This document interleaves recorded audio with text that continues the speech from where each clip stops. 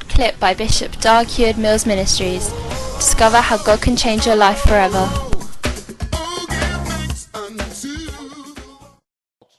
Everybody here is the salt of the earth.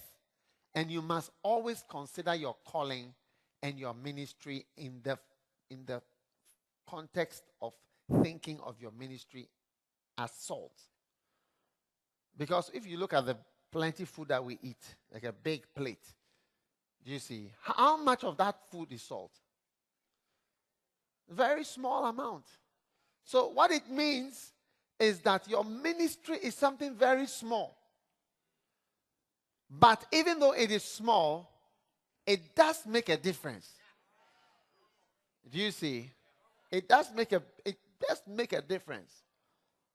Like the church that I just visited in Denmark, it's not a very big church. But as I sat there, I appreciated the work that this person has done. I tell you. Because if you have been in the ministry, you will appreciate if somebody is able to build a church. Any church. It makes a difference. It makes a difference. And a lot of people testified how they had been blessed in the church. For 20 years, somebody is staying in this cold place doing something. Are you with me? Yeah. So your ministry is like salt, which is why a lot of people discard it. It's like something small that you do. But if that small thing that you're supposed to do, you don't do, that small thing, you become useless. And the Bible says that you must be thrown away. There's no need of you anymore. If that small thing that you are supposed to do, you don't do, then you are useless. You are useless to the person. You are useless to God. You are useless for the purpose for which you are there, even though it's going to be a small thing. Look, Lighthouse is not any big church. But we are important. Because we are as important as salt. And if that small salt is not in the food, then there is going to be a problem. And therefore, there will be no need for Lighthouse Chapel International. When I came to start this church here, I preached 7 reasons why Lighthouse Chapel must be in America. That was the first message I preached in America, in Lighthouse, for those who were here. All right? And there is a reason for us being here. Almost all the people who work with me do something small. But that small thing that they do is very important. But if they cease to do that particular small thing, I don't need them. If Ida is singing and she can't sing, I don't honestly need her. Because she's not my girlfriend. I don't need her for anything. Yeah, I don't need her for anything. I don't need her to do anything for me. Everything I can do for myself. I can do it for myself. I don't need anybody to help me. Yeah. So if she can't sing, I don't need her. There's no need for her to be around. And you see, that's how everybody's ministry. It's like something small. But I'm coming to preach. I don't need a singer. I can preach. I have been preaching where I don't have all my camps. You can listen. Nobody sings any song. I can do the camp without somebody singing. So if you cannot sing, then there's no point.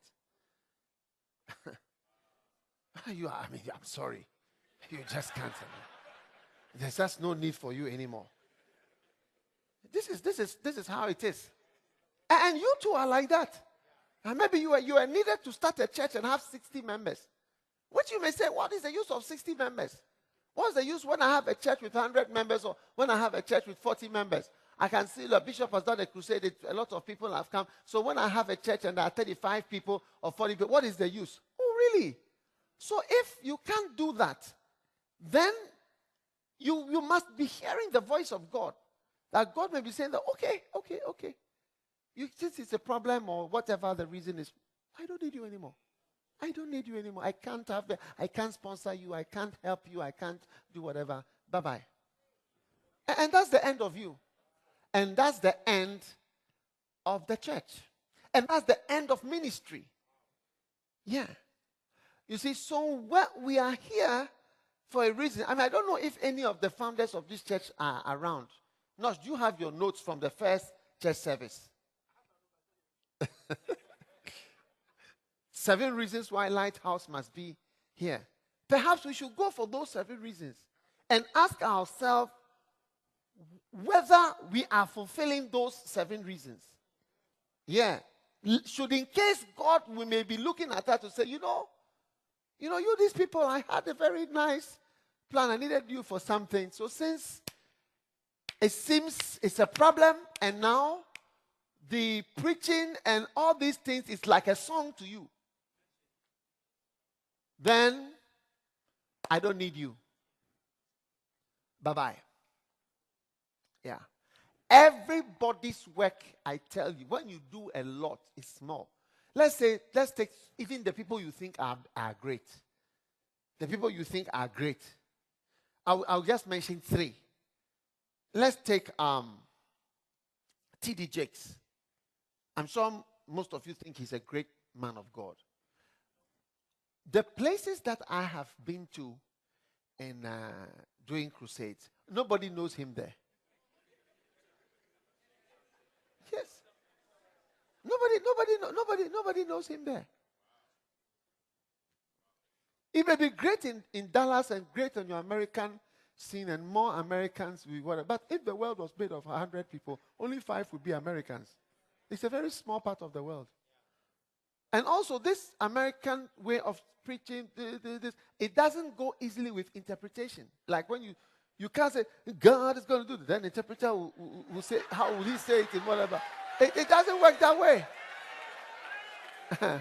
It doesn't flow that way, because when you translate it, the translator has to have a way of also flowing with the sing-song type of preaching. But it's not like that.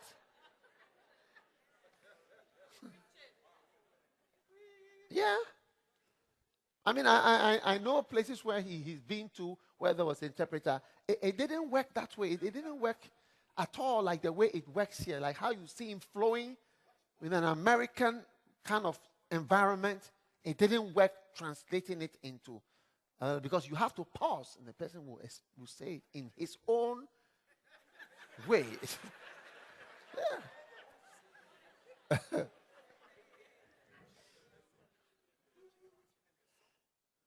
Yeah. So even though he's great, really, when you look at the overall picture, it's very small. If you take Bonnke, Reinhard Bonnke, he's great and all that, but he's hardly known in America and he's hardly known anywhere in the world. Yeah. Few people know him. And the crusades he used to hold in Africa, anywhere we're going to have a crusade, one of the things we look out for is whether Bonnke has been there. And if he was there, when was he there? Because there's no point in going to evangelize places which have been evangelized over and over and over again. So that's one of the reasons why there are certain places we don't even bother to go to. Because what's the point? We are trying to evangelize places that have not been evangelized. Because our aim is evangelism. So we know we have the list of every crusade Bonnke has ever had and all the dates as part of our research that we do before we choose a place for a crusade. And most of the places that he had ever been, that even we have ever been to before, he was there 20 years, 25 years ago. Yeah, 30 years ago. Finished. The people who are born, I don't know. They don't know. When I'm preaching, I give certain example. Great man of God, I realize I have to stop giving those examples. So a great man of God like Bonnke said, "Do you know Bonnke?" We don't know who you are talking about. Benny Hinn is also becoming like that now. I go to a place, I said, "Do you know Benny Hinn?" They'll all be looking at me. I was in Mali. Do you know Benny Hinn? You don't know Benny Hinn in Mali.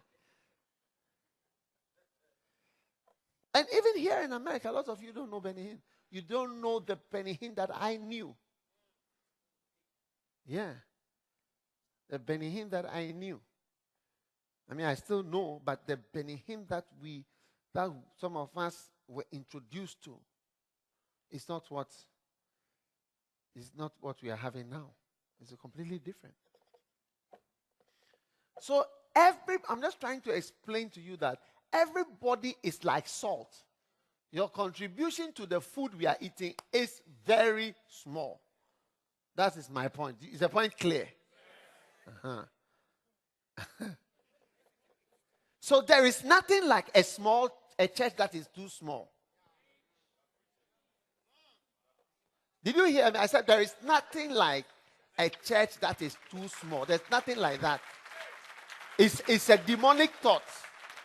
It's a demonic thought.